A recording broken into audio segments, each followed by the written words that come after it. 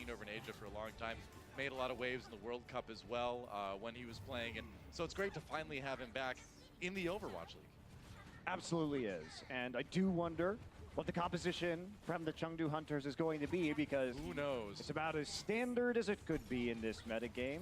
Yeah, Lots of teams are preferring to have the Reinhardt-centric 3-tank, 3-support. Makes sense here. That's what you want to run if you're Soul, of course. I mean, Fissure is a pretty great Reinhardt player. He's so. pretty great overall, you got it. Yeah, he sure is, yeah. Swaps from the Chengdu Hunters, and of course, looks like they're going to go with that single tank setup again. Single tank for Amon, single healer for Veltal on Mercy. All Hammond, all the time. That's right. I guess Love you've it got from Kyo Chengdu. over to the Zenyatta too now. It is all Hammond all the time.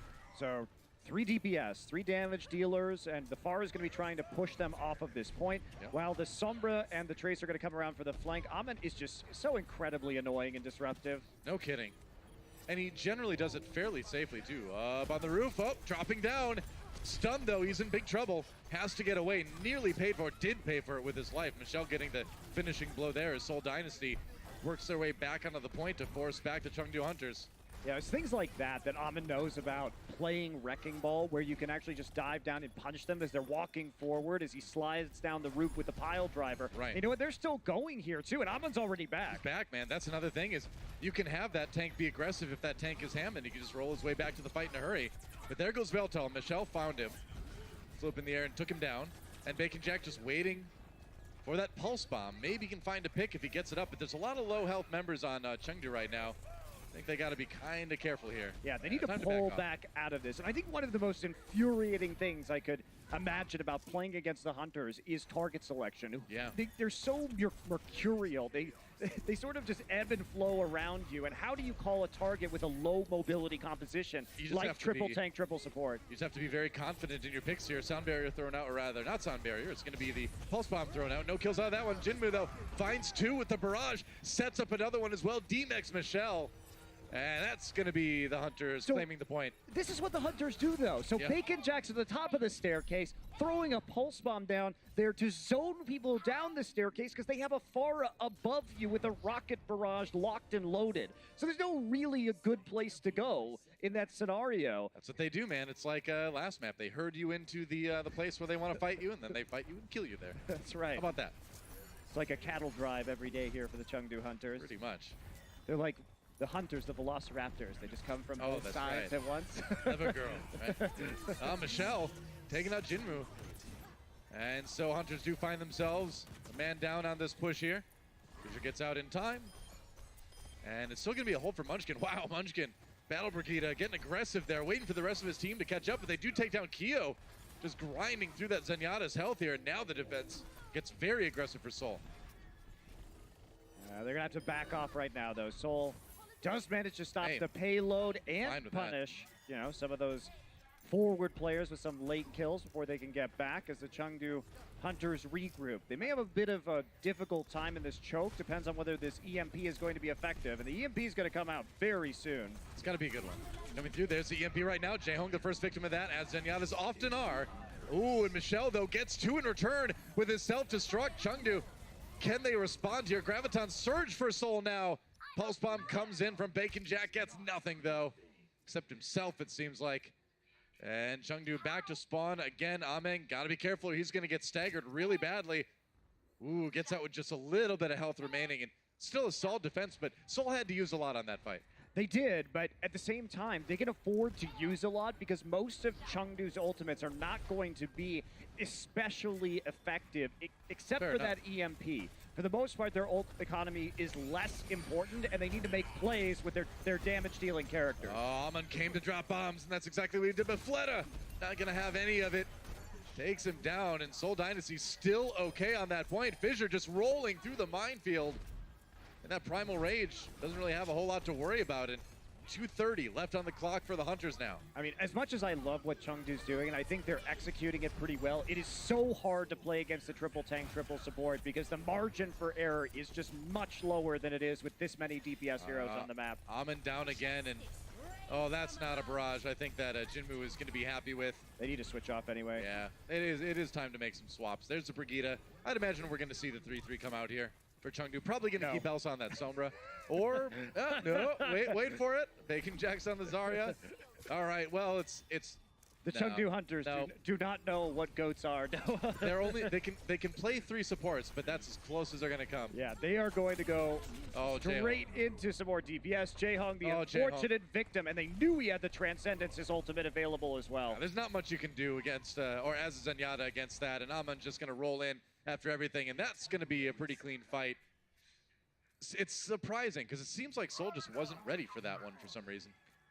Well, I think it's hard. You know, that EMP, if you can't find the Sombra immediately, there's really nothing you can do besides preemptively pop your Transcendence. It's really just better for Soul to save it to the next fight because they got so much time off the clock anyway, and they should be, I think, confident heading into their own attack round, considering how well they've been doing in most of these fights. Drops a minefield as Soul tries to pile onto the cart now. They kind of walk through it before it activates, so it's not so bad, but Amon coming in with a lot of shields. Able to do a lot of damage there, but Soul Dynasty in the end is going to turn this one around. They did have that sound barrier, didn't need to use it, just working off of the Transcendence from JeHong actually to win that fight.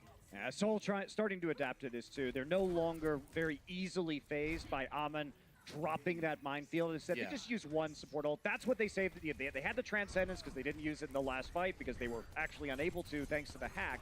But this time, they're able to roll forward with it and really ignore that minefield. And that forces Amon over to the Reinhardt now. If you're not CC'd, you've got time to walk through before it activates too. Whoa, Fleta dropping the grab on the front of the payload here.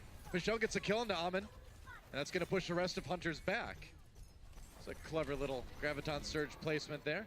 Elsa was there in position to block, but Fleta found a way to just sneak it in on that payload. And now we're down to under 20 seconds remaining for the Hunters. It's do or die, and they don't have any ultimates. They're going to maybe have both support ultimates, maybe the grab for this fight. Yeah, the rally armor is going to start falling off soon as well for the Chengdu Hunters as they're on their approach here, so fewer hit points available to this team. Oh, that's a nice Earth Shatter come through from Fissure. Amon falls immediately. Now this self-destruct is going to need to be massive. Doesn't do a whole lot. Graviton Surge comes in from the Hunters, but nobody there to follow up. They've already lost a lot of their damage-dealing players, so now it's just a scramble to keep the payload alive, but I think that's going to be about it. Soul ducks and covers as the self-destruct from the Hunters come in. It's not going to be any kills coming to that. Nobody can get to the payload. That is a solid stop for Soul. That's a great defensive effort by them. Yeah, very good. And now they're being smart, playing around the choke points where the Chengdu Hunters can't get around them to flank as easily when they're not in the open, and they have to go through these corridors to reach. All right, quick break, and we'll be back with the next round.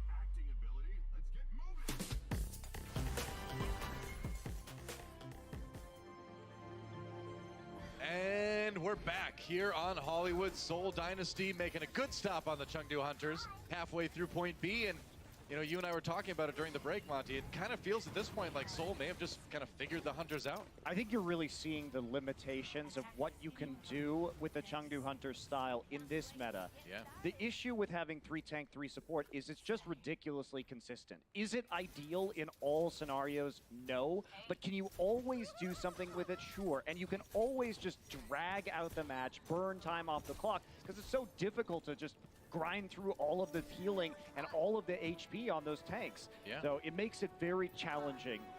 And you have to get those perfect pickoffs if you're the Chengdu Hunters. Like, you have to outplay them at a pretty fundamental one-on-one level with these damage dealers if you're going to make that transition. Soul Dynasty transitioning to a different composition themselves now, going for that 3 tank, 3 support. JeHong on the Moira again. Chengdu Hunters, though, a lot of DPS on this defense.